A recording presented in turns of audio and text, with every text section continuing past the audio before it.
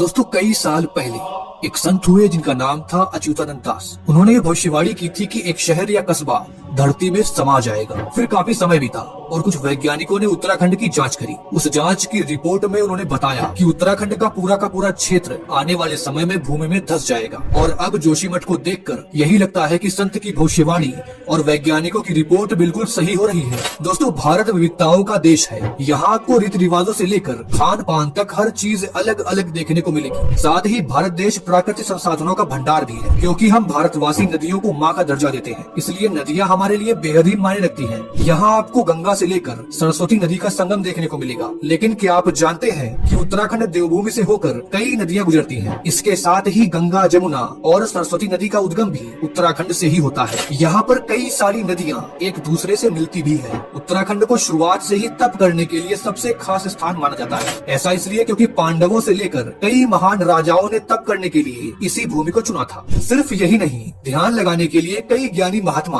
और महर्षि भी इसी जगह पर आते थे। दोस्तों अब आप ये सोच रहे होंगे कि ये सारी जानकारी मैं आपको क्यों दे रहा हूँ। जैसा कि मैंने आपको वीडियो की स्टार्टिंग में ही बताया था कि जोशीमठ धरती में धंस रहा है। बात सिर्फ जोशीमठ की नहीं है, बल्कि इसके आसपास के जो भी इलाके हैं वे भी धरती में धंस रहे हैं। पूरे के पूरे पहाड़ दरक रहे हैं। अब आप ये समझ लीजिए कि संपूर्ण उत्तराखंड के नीचे एक ऐसा टाइम बॉम्ब फिट है जो कभी भी फट सकता है। ऐसे में क्या आप उत्तराखंड की खूबसूरती मंदिरों को दोबारा देख पाएंगे, जिसे आप तपोभूमि कहते हैं, जहाँ राजाओं ऋषि मुनियों ने तप किया था? क्या आप वहाँ दोबारा जा पाएंगे? जोशीमठ के लोग बहुत ज्यादा डरे हुए हैं। उनके पक्के घरों में दरारें आ गई हैं। कुछ मकान ढह गए तो कुछ मकानों को सरकार ने तोड़ने का आदेश दे दिया है। दोस्तों आपको 2013 में उत्तराखंड में आई आपदा याद होगी कि कैसे उत्तराखंड जलमग्न हो गया था, मानो भगवान शिव का त्रिनेत्र खुल गया हो। लोगों का मानना है कि उससे भी भयंकर प्रलय का सामना अब आने वाले समय में लोगों को करना पड़ सकता है, क्योंकि सरकार उत्तराखंड की देवी का अपमान कर रही है। तो दोस्तों आज की इस वीडियो में मैं आपको उत्तराखंड की रक्षक देवी का रहस्य बताऊंगा।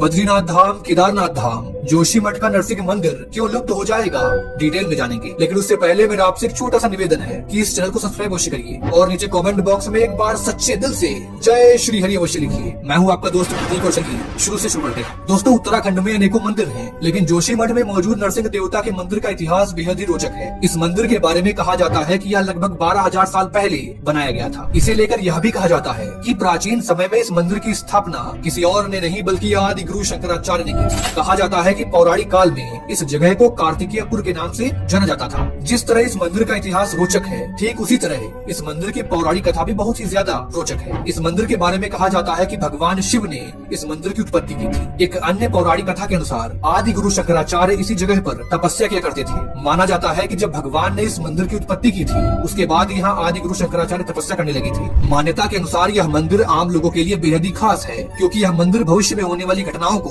पहले ही बता देता है। जोशीमठ में स्थित नरसिंह मंदिर, जहाँ भगवान बद्रीनाथ की शीतकालीन गद्दी है, यहाँ मंदिर में भगवान नरसिंह की एक प्राचीन मूर्ति है। भगवान नरसिंह की मूर्ति को लेकर कई तरह की मान्यताएं हैं। दरअसल नरसिंह भगवान की एक बाजू सामान्य है, जबकि दूसरा बाजू काफी पतला है और यह बाजू साल दर साल पतला होता जा रहा है। मान्यता है कि जिस दिन नरसिंह भगवान का पतला हो रहा बाजू टूट जाएगा, उस दिन बद्रीनाथ धाम का मार्ग बंद हो जाएगा। दोस्तों यहाँ पर एक शिला है जिस पर अभी अस्पष्ट आकृति है। कहते हैं कि भगवान की यह आकृति धीरे धीरे उभर रही है। जिस दिन यह आकृति पूरी तरह से उभर कर सामने आ जाएगी, उस दिन कलयुग का अंत निश्चित है। दोस्तों ऐसा कहा जाता है कि अगर मरने से पहले 4 धाम की यात्रा कर ली तो जिंदगी सफल हो जाती है। केदारनाथ, बद्रीनाथ, यमुनोत्री और गंगोत्री के मंदिर 4 पवित्र धाम हैं। साथ ही यह सभी धाम उत्तराखंड में स्थित हैं। बता दें कि केदारनाथ मंदिर भगवान शिव को समर्पित है, जो उत्तराखंड के रुद्रप्रयाग जिले में मंदाकिनी नदी के पास गढ़वाल हिमालय की श्रृंखला पर स्थित है। हर साल लाखों की संख्या में लोग इस भव्य मंदिर के दर्शन करने जाते हैं। वहीं बद्रीनाथ मंदिर भगवान विष्णु को समर्पित है, जो बद्रीनाथ शहर में स्थित है और यह उत्तराखंड के चमोली जिले में आता है। दोस्तों केदार घाटी में 2 पहाड़ हैं, नर और नारायण। विष्णु के 24 अवतारों में से एक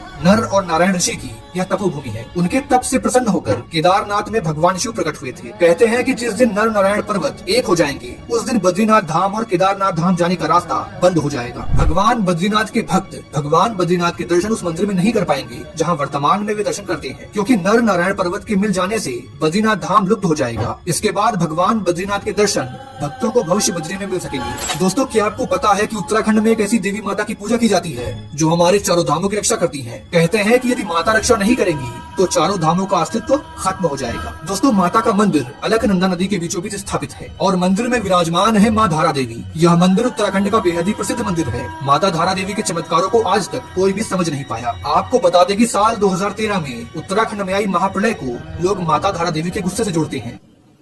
वहाँ एक धारी देवी का मंदिर है। उत्तराखंड की रक्षक कहा जाता है उनको। उत्तराखंड की रक्षक देवी धारी देवी। उन धारी देवी के ऊपर भी एक विद्युत परियोजना चल रही है, जिसमें धारी देवी को जलमग्न करने की योजना था।